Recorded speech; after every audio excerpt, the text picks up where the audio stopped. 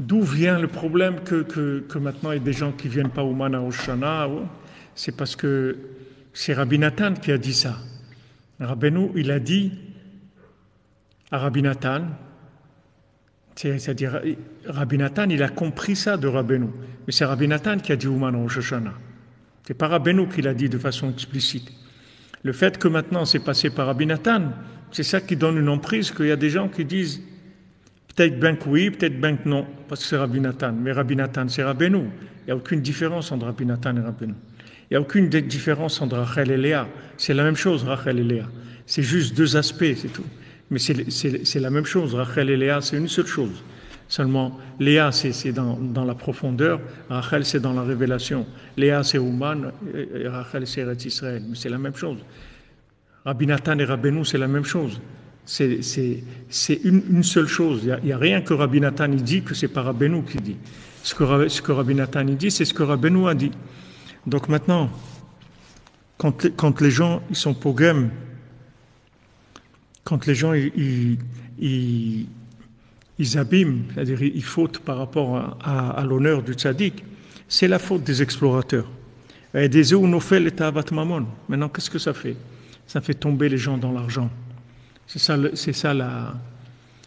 Vous voyez, par rapport à ce qu'on a dit tout à l'heure, vous voyez comment ça rentre dans.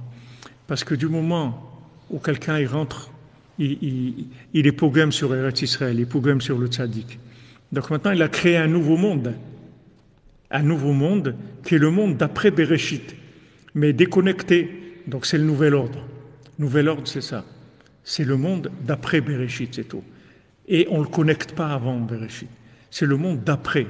Donc celui qui est pogem dans le tzaddik, il est pogem dans Eretz Israël, il tombe dans Tavat Mamon. Il tombe dans la. C'est normal parce que l'argent, c'est le pouvoir d'après Bereshit. C'est pour ça que même quand il va chercher la princesse et que le petit vent il l'amène là où il a amené la princesse, c'est-à-dire sur le château en pierre précieuse sur la montagne en or, il lui donne pas de l'argent. Il lui donne une petite pochette que quand il a besoin, il met la main, il prend l'argent. Mais il lui donne pas de l'argent. Il lui dit voilà, tu manqueras pas d'argent, c'est tout ce que je peux te dire. Voilà, prends ces petits kélis là et tu manqueras jamais d'argent. Parce que comme il s'attache à avant Bereshit, il sait qu'il manquera jamais d'argent. Mais il ne va pas avoir de tavat mamon. Il n'est pas en train de chercher de l'argent. Parce que le fait qu'il cherche de l'argent, c'est la frustration du manque de la présence d'avant Bereshit dans après Bereshit. C'est ça qui lui fait courir derrière l'argent. Mais si maintenant il sait qu'après Bereshit, ça n'existe que parce que c'est connecté à avant Bereshit, il ne va pas courir derrière l'argent, il n'a pas besoin.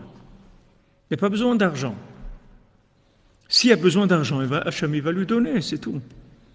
Comme tout le reste, tout ce que Hachem lui donne. Pourquoi maintenant il a besoin tellement d'argent? Ah, il a besoin d'argent, pourquoi? Parce qu'il s'est déconnecté. Il s'est déconnecté du tzaddik. Il s'est déconnecté de Moshe Rabbeinu. Il s'est déconnecté de la parole divine. Donc maintenant, il est dans le nouvel ordre. Il faut qu'il gère ce monde-là en monde indépendant. Donc il lui faut beaucoup d'argent, beaucoup d'argent, et il n'en aura jamais assez de toute façon.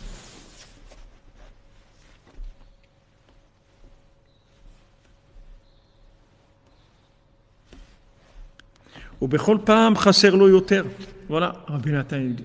À chaque fois, il lui manque plus. C'est normal, puisque la frustration, comme on l'a expliqué ces jours-ci, elle vient du manque de présence divine. Du manque de présence divine. Tout ce qu'ils veulent faire là, d'enlever l'agriculture, tout ça, c'est ça qu'ils veulent. Parce que quelle est la manifestation la plus grande de la présence divine dans le monde? C'est le tzoméach. C'est le tzoméach, c'est le monde du végétal. Comme on dit, matzmiach keren Yeshua, qu'Hachem il fait pousser, il fait grandir la délivrance, le Mashiach. Il emploie le mot matzmiach keren Yeshua, qu'Hachem il est matzmiach, c'est le végétal. Ils veulent enlever l'agriculture, ils veulent enlever le végétal, parce que le végétal c'est la plus grande manifestation de l'ashgacha pratique dans le monde. Quand on voit le végétal, on voit la main d'Hachem. Il n'y avait rien de la terre. Rien, une graine, rien qui pourrit dans la terre, de ça il sort des choses avec des goûts, du parfum, des vitamines, quelque chose de merveilleux. Donc ils sont pogem dans le végétal, ils ne veulent pas le végétal. Le nouvel ordre, il veut détruire le végétal, il ne veut pas qu'il y ait de végétal dans le monde. Il veut tout fabriqué après Bereshit. Il veut rien, il veut pas de vision du tout de quoi que ce soit qui soit miraculeux comme le végétal. Le végétal, c'est vraiment c'est un monde de miracles, le végétal. C'est que de la émouna et des miracles, comme on l'a expliqué plusieurs fois. Alors il lui manque toujours de l'argent. Il a besoin beaucoup d'argent parce qu'il est après Bereshit. Venosea tamid le mechakim, et toujours il faut qu'il voyage, et des voyages d'affaires tout le temps. Et il prend des risques dans les routes. Et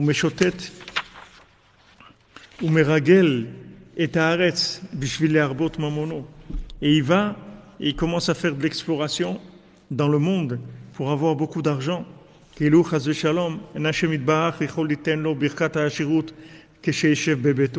Comme si Chaz v'Shalom, Hachem ne pouvait pas lui donner la richesse quand il est chez lui à la maison. Que ça, c'est ça la faute des explorateurs. Ils n'ont pas eu confiance dans Hachem qui va leur donner la terre d'Israël.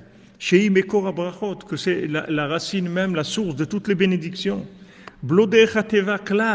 Sans aucune règle naturelle du tout. Et ils ont dit non, nous on veut explorer la terre, nous on veut conquérir la terre d'Israël avec des lois naturelles, comme les autres peuples. On veut se comporter comme les autres peuples par rapport à tous les peuples sont des nations, nous aussi on veut une nation. Nous on n'est pas une nation. Nation, c'est nation. On n'est pas une nation, nous. C'est Tzion. C'est la terre d'Hachem. C'est pas une nation. Et ils veulent tout le temps essayer de faire du nationalisme juif. On n'a pas de nationalisme juif. On croit en Dieu. On a Moshe Rabbeinu, c'est tout. Il n'y a pas de nationalisme.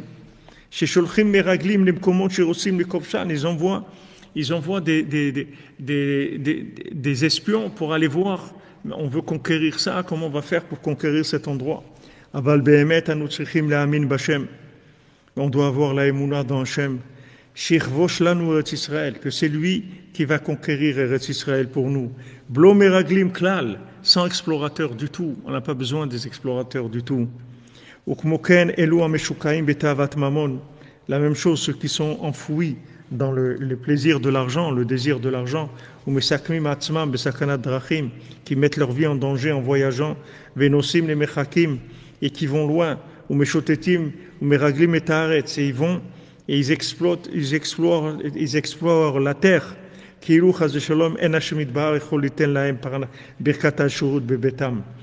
Comme si Hachem ne pouvait pas donner la bénédiction de la richesse dans leur maison. Ceux qui sont enfouis dans l'argent, ils s'appellent des explorateurs.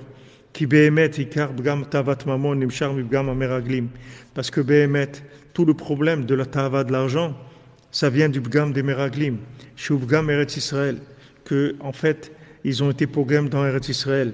Ve'azhu al pirov tamid bal chov gadol. En général, c'est des gens qui sont toujours endettés. Ve'tarud bechol et tout le temps il est préoccupé parce qu'il doit rembourser. Il vient la période où il doit rembourser son crédit. Ou mahmadze meshuka betavat mamon. À cause de ça, il est toujours en train de chercher de l'argent. Chez Avodazara mamash, que c'est mamash de la Avodazara.